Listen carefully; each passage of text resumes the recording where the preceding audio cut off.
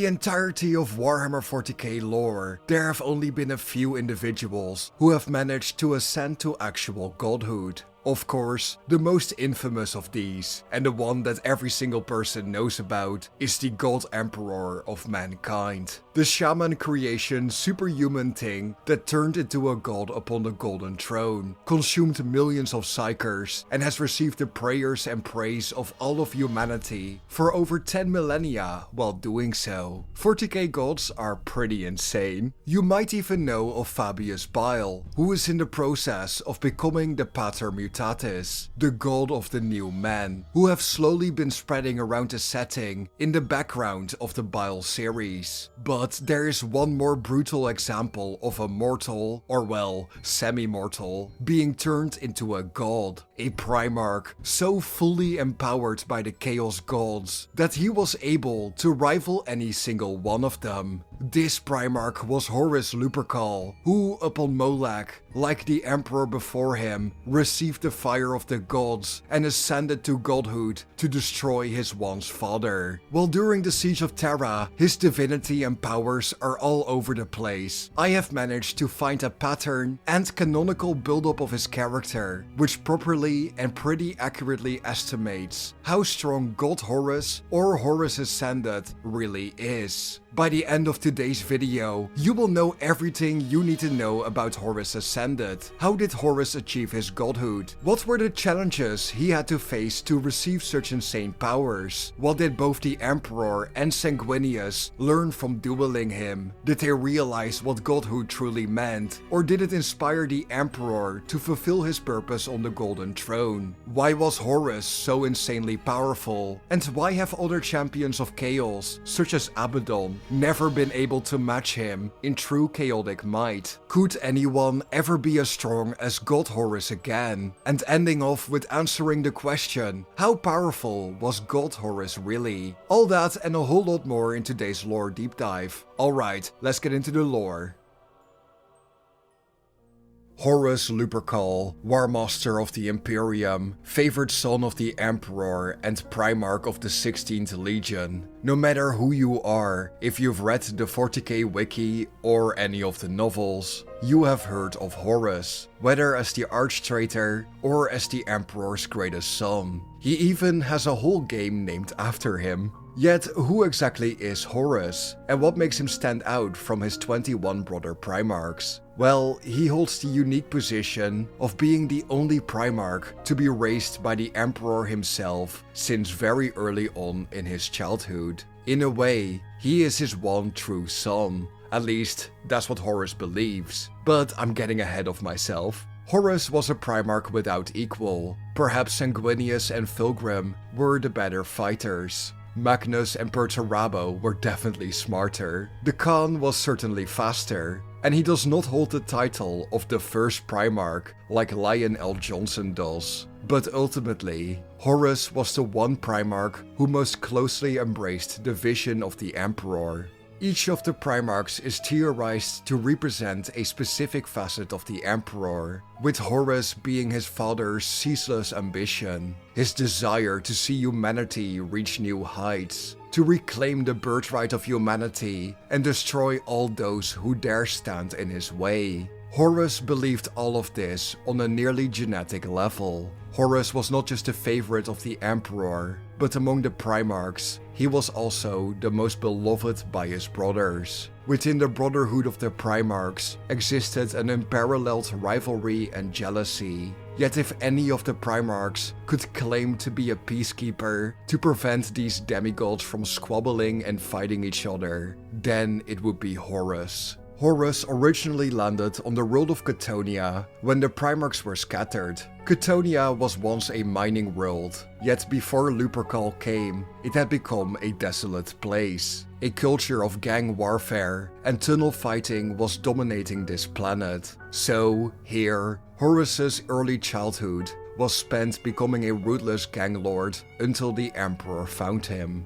When discovered, the Emperor tutored and guided Horus for decades. He was given command of the 16th Legion, the Luna Wolves, which he led across the stars, reuniting countless lost human colonies. At first, when the Primarchs started to be rediscovered, Horus was hesitant to forge friendships with them. He even considered Leman Russ to be too barbaric to lead a Space Marine Legion.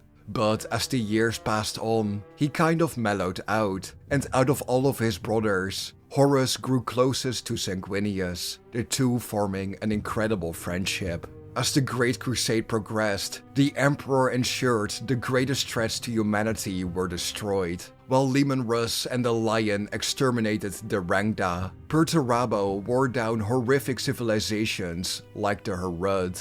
But upon Ulanor, the Greenskins were building a massive wall, and as the two leaders of mankind defeated the final true Orc menace, the Emperor called a triumph and announced the crowning of a new War Master.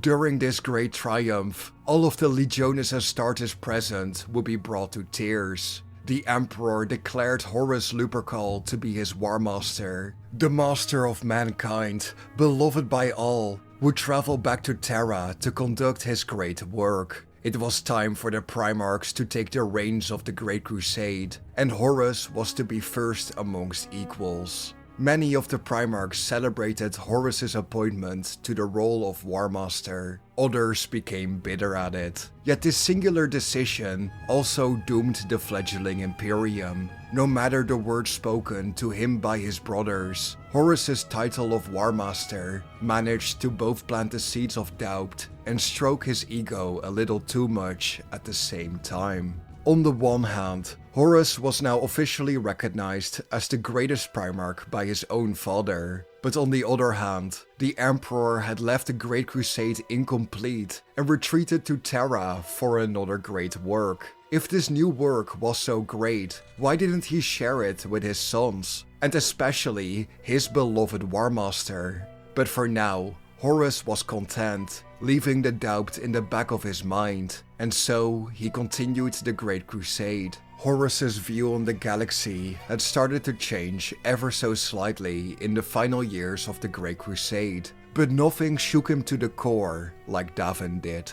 Davin was a world of easy conquest for the Imperium, yet it would be here that Horus made a vital error. The planetary governor of Davin, Yujin Temba, was a veteran commander of the Imperial Army, and Horus gifted him Davin to honor his long and successful career, a goodbye gift for an old friend who more than earned his retirement. Instead, Yujin Temba felt the same doubt that Horus felt when he became War Master. The doubt of betrayal, and above all, growing resentment at his perceived abandonment. So when Temba fell to temptation and betrayed the Imperium, Horus saw it as a personal insult. During this conflict, Horus would be mortally wounded with the Anatomy, which had been stolen by Erebus from the Interax for this specific purpose.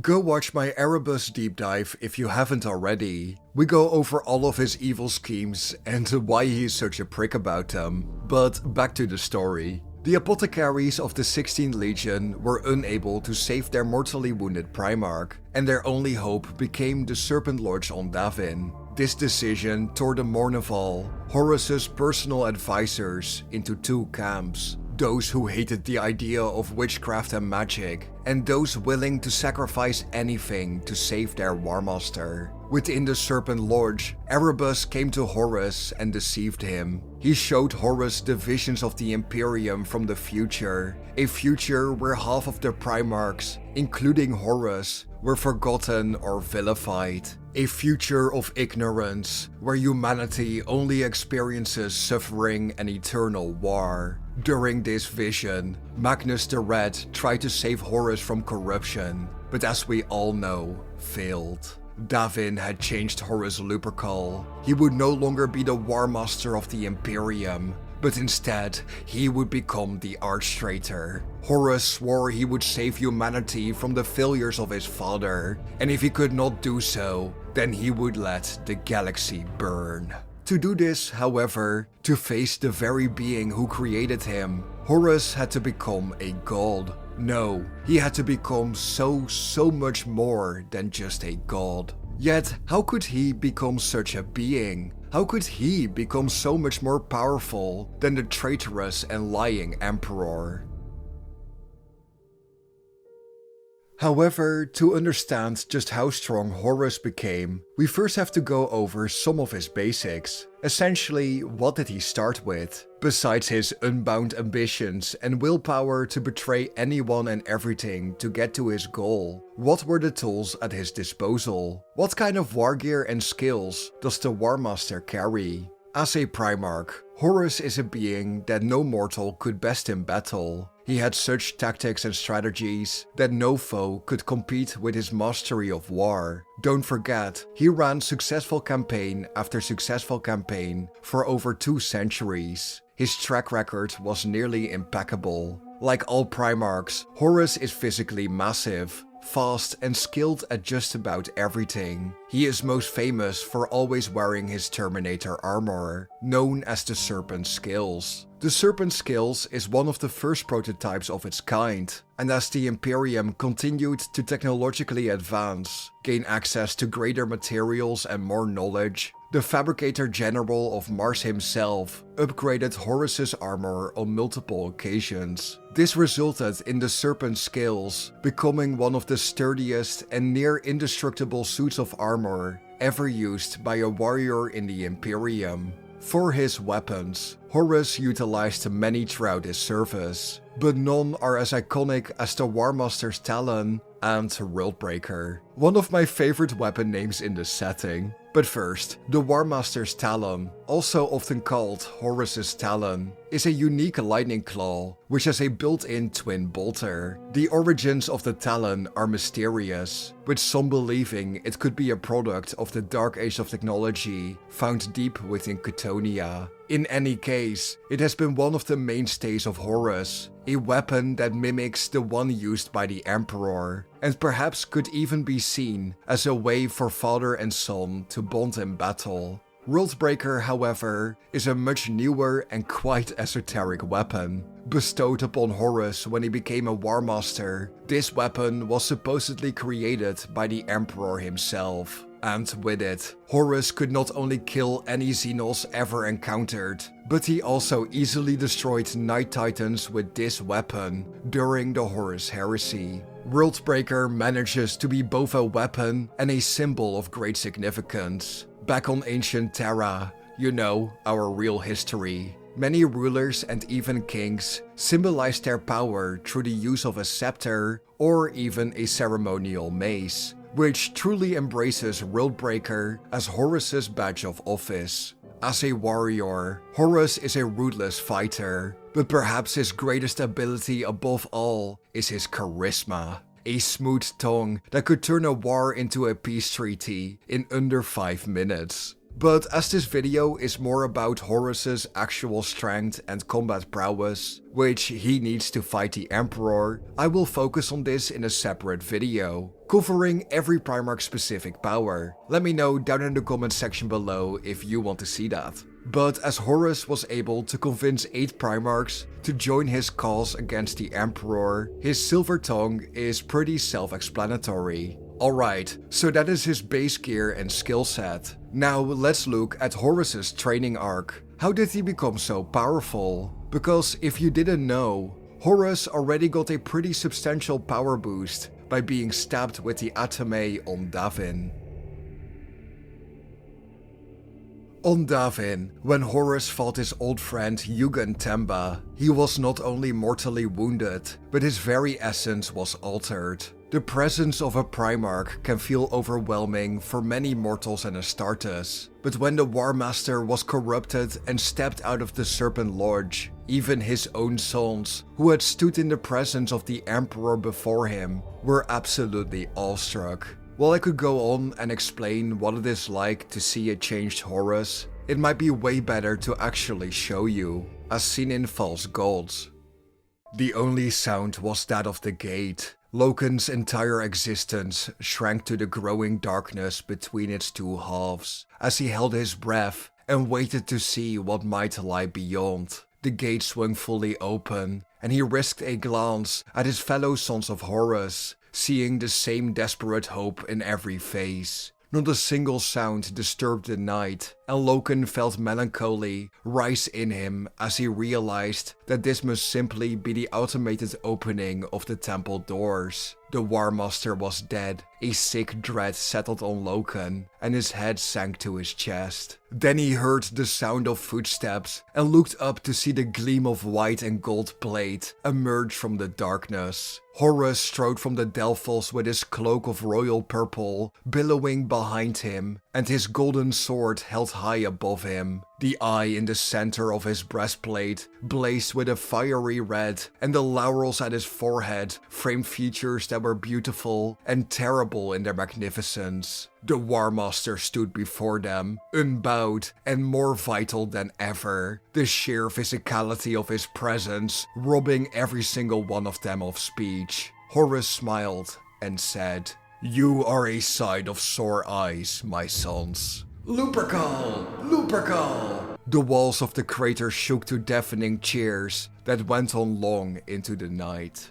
But this little power boost is not enough to defeat the Emperor. Horus needed more. He needed the fire from the gods.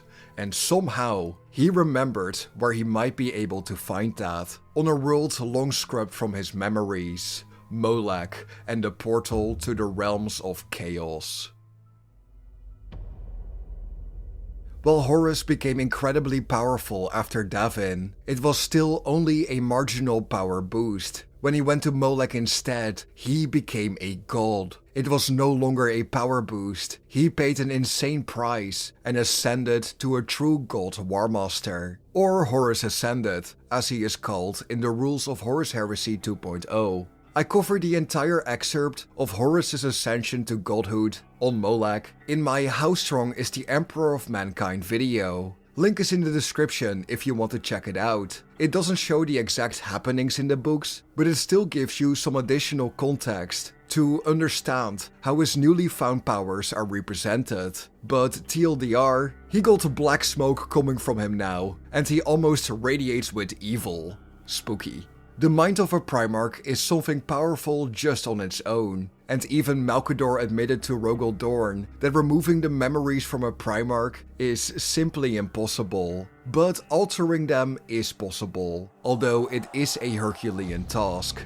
Yet for Horus, Fulgrim and the other Primarchs who joined the Emperor in the conquest of Molech, their memory of this world was nearly non-existent. Only when Horus returned and invaded Molech did he start to remember. On Molech, Horus essentially ascended when he entered a portal under the city of Lupercalia. Nice one, Emperor. For Horus, he had spent so much time in the realm of chaos that he became an ancient warrior. Horus was a man who was bled dry by his endless campaigns for the dark gods. Horus was taller, fuller, his eyes blazed with more power and purpose than ever before. Before this moment, Horus considered War Master an awkward fit, but now it was a title that truly represented him. Horus was the power of the Empyrean, distilled and honed with an immortal energy. Nothing was beyond him.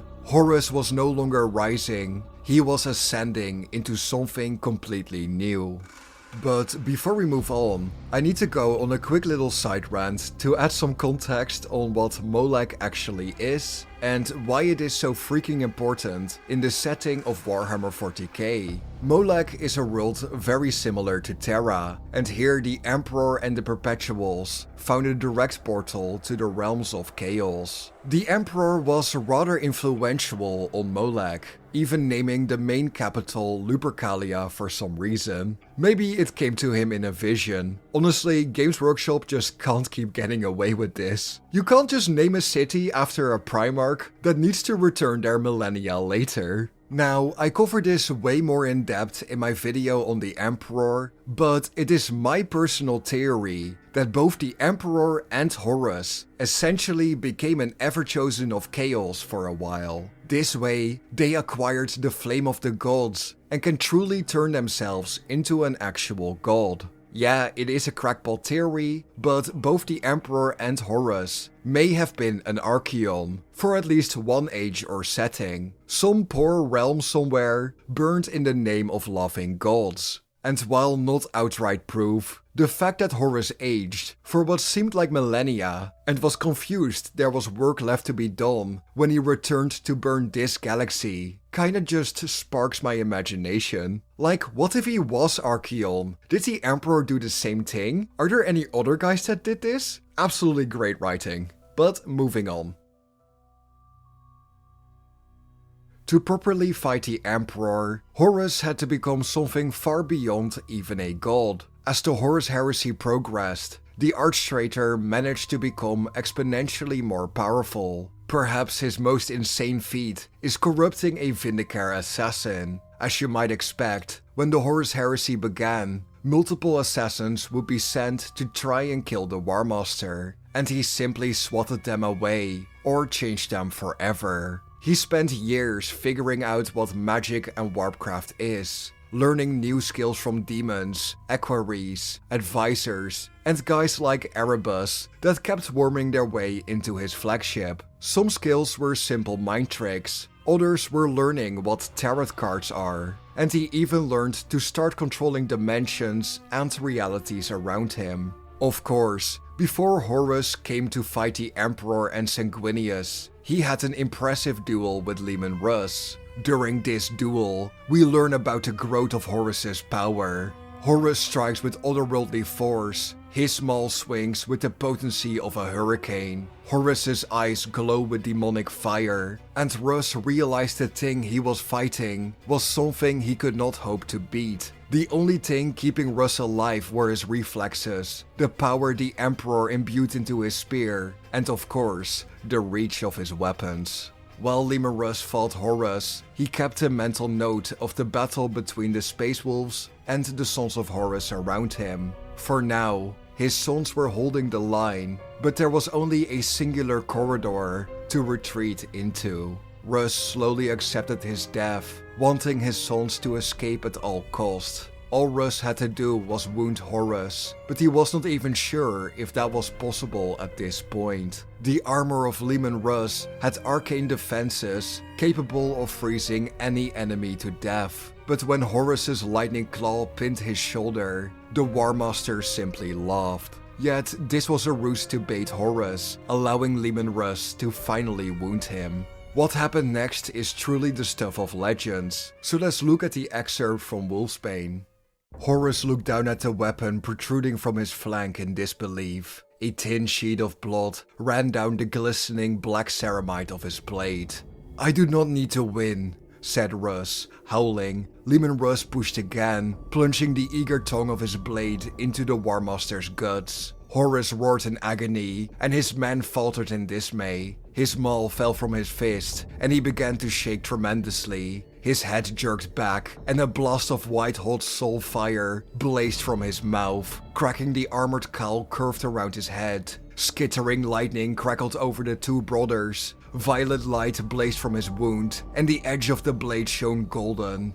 It too was shaking, its edges blurring, becoming a spear made of nothing but light. Russ's arm shook painfully, his post-human muscles and bones went numb as he struggled to hold the weapon in place. Still screaming light, Horus staggered back, releasing Russ in his attempt to dislodge the blade. Russ would not relent and went with him, grinding the weapon into the wound. The Warmaster gripped the shaft of the Emperor's spear, desperate to keep it from cutting deeper. The scream ended, the white-hot light of his wounded soul cut out, and he fell to his knees, head bowed. When Horus looked up, and the unholy aura had gone from around his head, the absolute confidence he had displayed a few moments before were finally absent. His flesh hung slackly upon his skull. He had aged 1,000 years in a moment. Russ, my brother, he smiled. I have been unkind to you. You were the second. I should not have been jealous, but I was.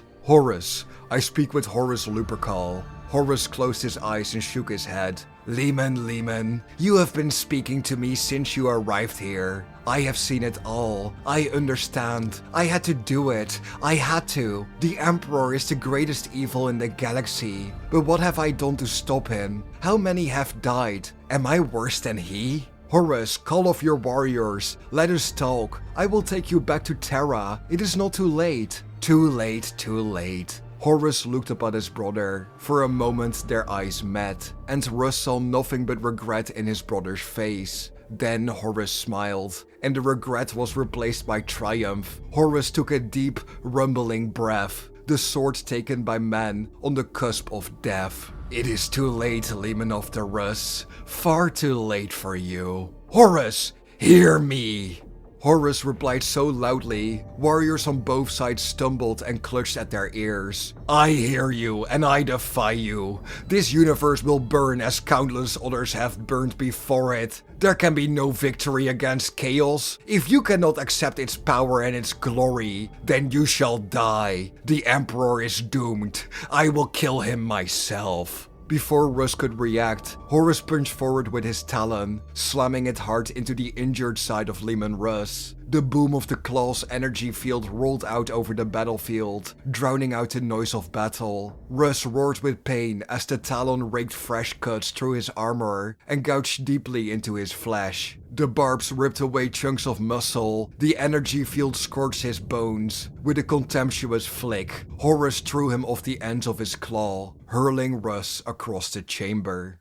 Even when Horus was baited into being wounded by the Emperor's spear, a weapon which gave clarity to those it touched, he was too far gone. A wound that would have mortally wounded any other Primarch. The very soul of Horus was injured, yet he was still capable of mortally wounding Rus in return. The Emperor's executioner was so close, yet his hesitation doomed all of humanity. Before Horus could kill his brother with Worldbreaker, a single Space Wolf sacrificed his life for that of his Primarch. Bjorn was the first to see it, first to notice, and he called out for his brothers to rally to the Primarch. Dozens were cut down before ever coming close, and many more were butchered and cast aside by Horus himself. Even when the Space Wolves completely covered Horus, drowning him in numbers that should have taken down any Primarch, he tossed all of them aside. The Legion was broken. Horus and his sons taunted the retreat of the Emperor's executioners, laughing as they killed those, buying Leman Rus time to escape.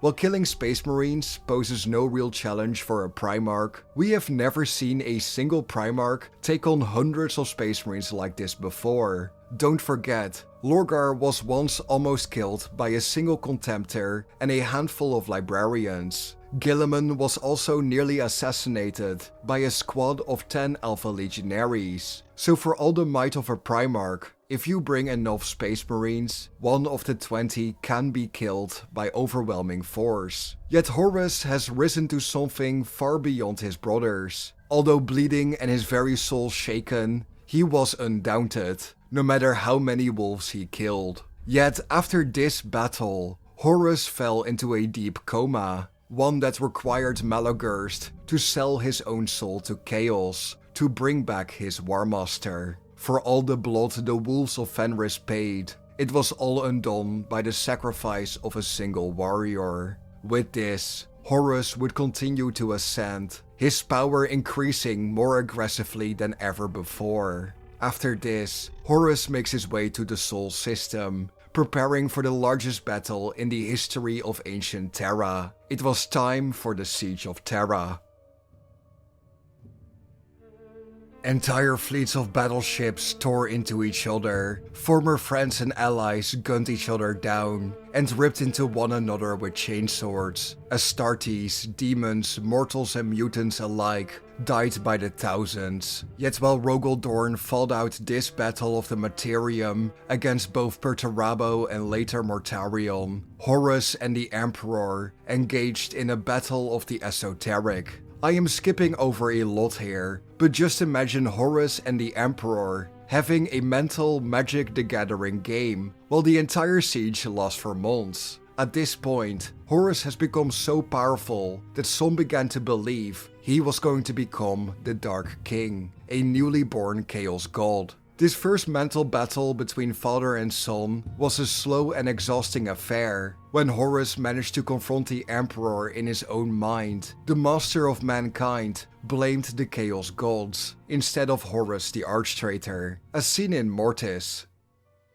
Why did you do it? Why did you lie? Why did you try to stand in the way of the inevitable? The power of this realm cannot be defied or stopped, but they can be mastered. Their ascent is inevitable, but so is our domination of them. They serve if you have the will to shackle them. You do not lack for will, Father, so why did you not make them your slaves? Is there weakness in you that held you back from doing what I have done? Did you fear it? Did the master of mankind fear becoming the master of all? The man beneath the tree opens his mouth, skin splits on his lips. You have lied to him, he says, and the voice holds no crack or note of the wasting that marks his face. His eyes are on the serpents, and they rear up at his words, mouths open, fangs showing, eyes black pearls in the glare. When he sees what you have made him, there will be nothing left of him for you.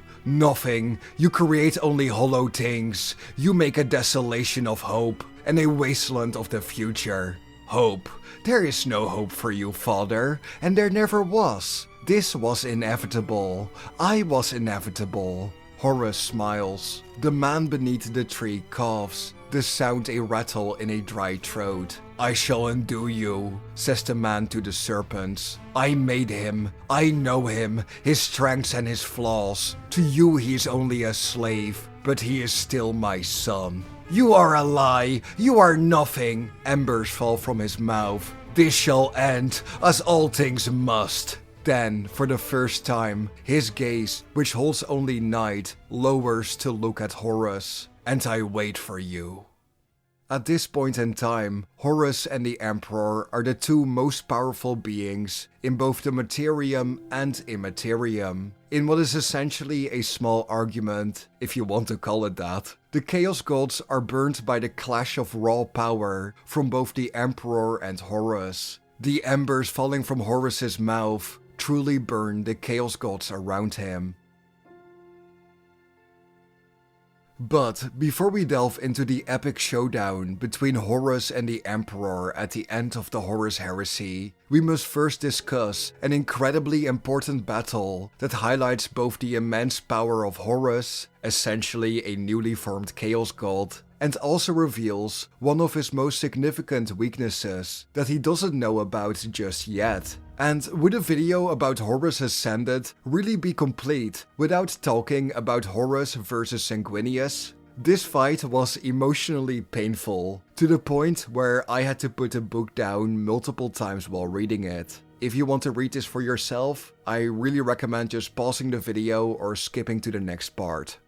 But alright, let's take a look at how this fight actually goes. The legendary duel between Sanguinius, who in the last few months of the Siege of Terra, soloed the demon Primarch Angron, obliterated Kabanda, a top 8 bloodthirster of Khorne, and destroyed multiple titans, including Warlord titans, in front of the Eternity Gate, while getting shot at by thousands of traitor Astartes. And Horus Lupercal, empowered by all Chaos Gods, arch-traitor, and once closest and most beloved brother of the Angel, as seen in The End in the Death, Part 2.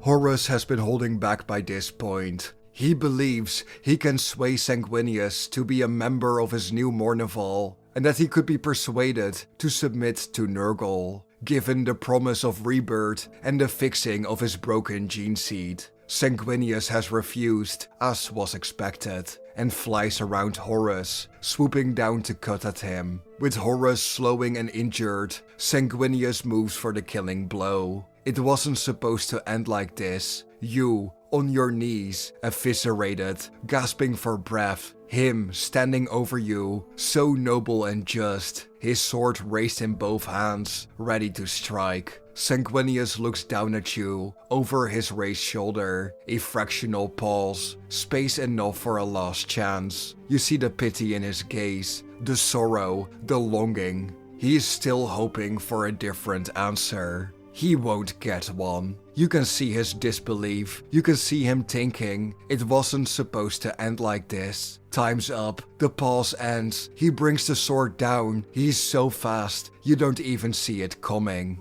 The perfect execution stroke. the most precise, most merciful, most important sword stroke he will ever deliver. But it will not land.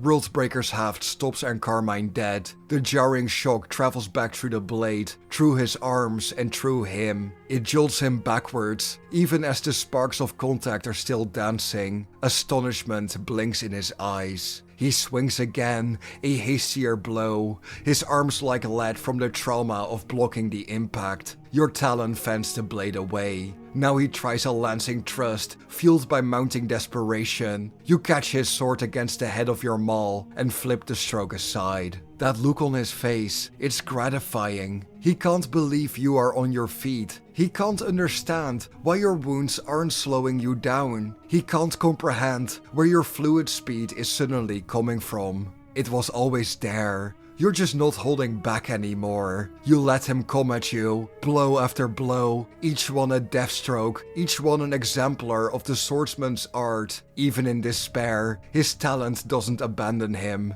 None of them work. You bat them away as they come, with maul, then talon, then maul again. You want to give him a moment to let the despair really sink in. It wasn't supposed to end like this. That's what he thought. Well, it was never going to. You relished the challenge, but the contest is over. You can see he understands this. Besides, he has demonstrated that he isn't going to change his mind either. He won't bend to your will. You thought he might, but he won't. Such a pity. Such a waste. And so ungrateful. You offered him everything. Everything. He spurned you. He declined your gift. Graceless, thankless wretch. No one does that to you.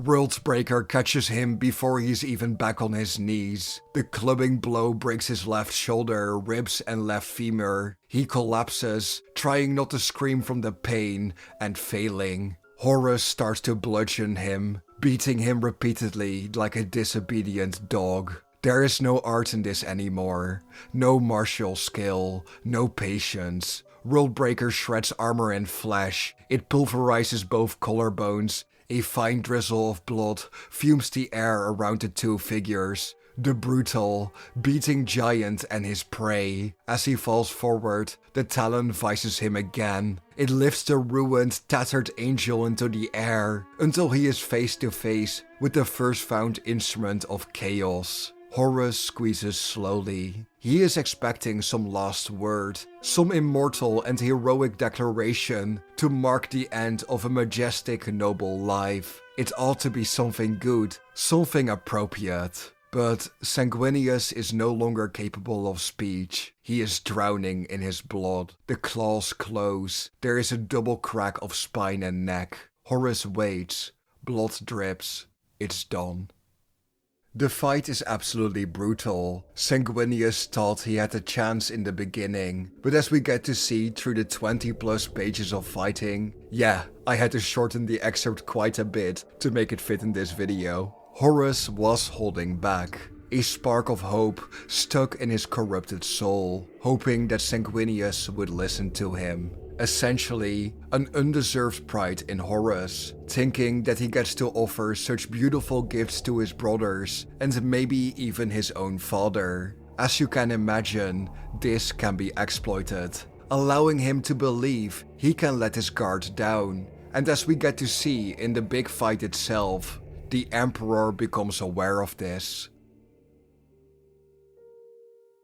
When the Emperor, master of mankind, beloved by all, comes to face Horus Lupercal, War Master and the arch traitor, he does so without any real chance of beating him directly. The scene of Sanguinius' death, of being reunited with Horus, makes the Emperor only mourn for his son and ask why. Horus is no longer ascending, he has become a monster and the most powerful being in existence. When Horus attacks the Emperor, there is no skill or contested arms. There's only the exchange of raw power. They fight throughout history, they dance across dimensions, and together they obliterate galaxies. Both have brought with them a deck of tarot cards, powerful tools of prophecy, yet at every opportunity, the Emperor is pushed back. He is eviscerated, burned, brought close to death a dozen times. The first time Horus beats his father, he wishes to drag him and place him upon a throne so he may finally rest. The Emperor, wounded and half dead,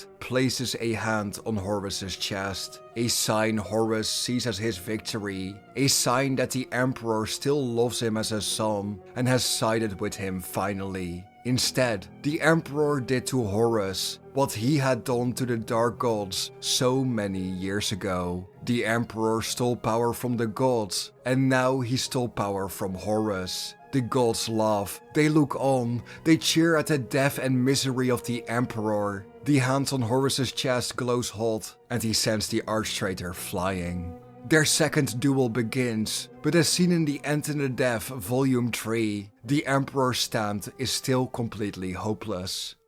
You swing for his skull. He slides sideways through the abstraction of plight to evade the blow, but it's a weak effort. That stolen power is running out. He circles you via the twilight cliffs of the Forsaken Angle, appears at your side, and drives his claw through the refractor shielding of your hip. They tear in shreds of light, but he has recklessly put himself too close, and you snap out Worldbreaker's Varial and butt him in the face. He reels aside, cheekbone broken. Your talon seizes him by the left arm as he spills back into the court. He tries to tear free, but the talon bites, cracking aramite and drawing blood. You have him cold. He has no cards left to play. The last of them are scattered on the deck, as though to demonstrate his weakness. He lights fire from his eyes at you again, lancing down with a white-hot cutting beam in an attempt to slice your talon from your arm. The power of it is pathetic, paltry. You clench the talon tighter, twist, and strip golden plate and flesh from his forearm, unsleeving it to the bone. Then you let go. He staggers back, his claws rise, and he tries to write another sigil in the air. Sigil magic, the last of the last resort. It's such a woeful effort. He might as well have surrendered. You lift Worldbreaker.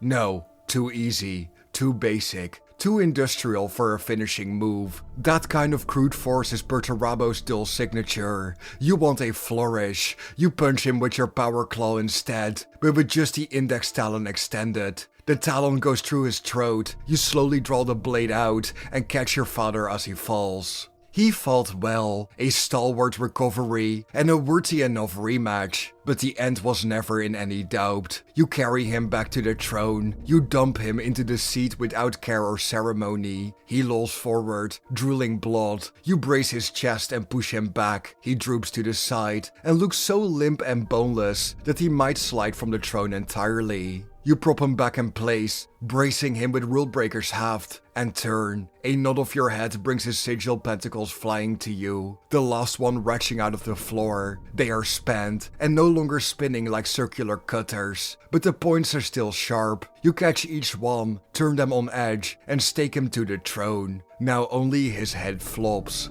You step back, talon and maul raised, accepting the adulation of the watching host. He sits, a whisper from death, pinned to a throne that streams with his lifeblood. There is symbolism here, a throne of blood, something apt. You'll finesse it later, when you commit your testimony of this day to Remembrancer Olaton. Behold, the false Emperor! The demons squeal and howl, the old four approve.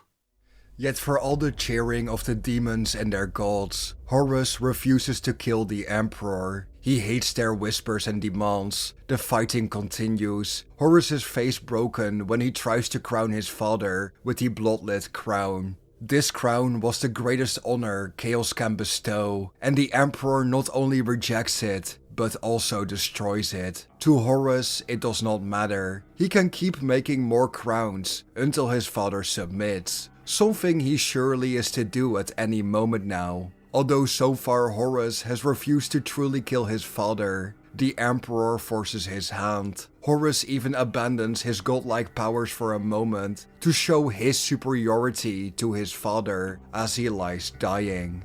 Horus turned into something beyond a god. The fight between him and the Emperor so far has broken entire realities, and the Chaos Gods themselves have been hurt directly. The space-time continuum is broken. Any reality outside of the one inhabited by Horus and the Emperor is dead or dying. But Horus feels no victory, no triumph. He beats a broken man. Some warrior Horus is, some war master he is. Yet something comes when the master of mankind is dead. The Astronomicon is relit. All humans of Terra pray together for the master of mankind, whom they all loved. Yet it is not the master of mankind that Horus has to face. No, it is the God Emperor of mankind. Horus fights the God Emperor, a being whose power he can still compare to if he had all of it. In a moment of weakness, a moment of doubt, where he casts off his ascended form, he slowly regains his normal mind and understands what is happening.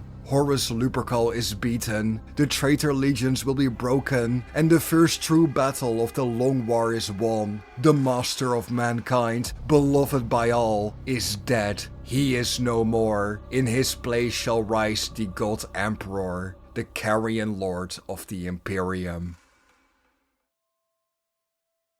But with Horus being defeated by this new God Emperor, is he actually dead? To better understand this, let's take a closer look at the End in the Death Volume 3, when the fight finally ends. The Emperor, their only real foe, cannot kill you. After all, for all the power he has salvaged and scraped together, for all the tricks he has played to weaken you and render you vulnerable when you were entirely invulnerable, for all the ways he has made you look like a fool, he cannot actually kill you. He does not have the means, not even him, to kill the limitless thing you have become, the instrument of chaos incarnate, because that's what you are. Horus Lupercal, that's all you are. War Master, that is all you'll ever be. First found son, a slave to their darkness, a weapon in their hands, a puppet on their strings, beguiled by their promises and lies, an instrument with no mind of its own, designed to shatter the shield of humanity and tip the human species into the neverness of the warp. On your knees, caught in the torrent of your father's flame, you look up at him. You see it now, at last, perhaps as he has always seen it. A simple truth, a secret that should have been kept, despite everything. Some truths are too dangerous to know, or too lethal to hear. That's why he kept it for 30,000 years. Now you know it too. You see, through insurmountable pain, everything that has been ruined and everything that has been betrayed. You cannot ask him for forgiveness. You don't dare, and you can't speak anyway. But he can see it in your eyes. You were too weak to resist them, and you will be too weak in another moment when they relent and replenish you with their abominable gifts. Your eyes beg him for mercy, a son to his father. End this. End it now, if you can. If that is even possible. End it before it is too late. If you can't do it, no one can.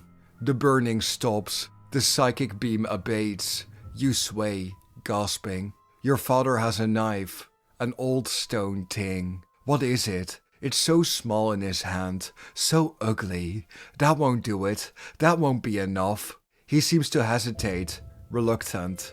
You clench in sudden spasm and convulsion and cry out. The power is returning. It is flowing back into you with greater rapidity, as though the old four are suddenly desperate to restore their gifts. What do they know? What have they seen that makes them act in such haste? Your father looks at the knife. I wait for you, and I forgive you. He drives it into your heart.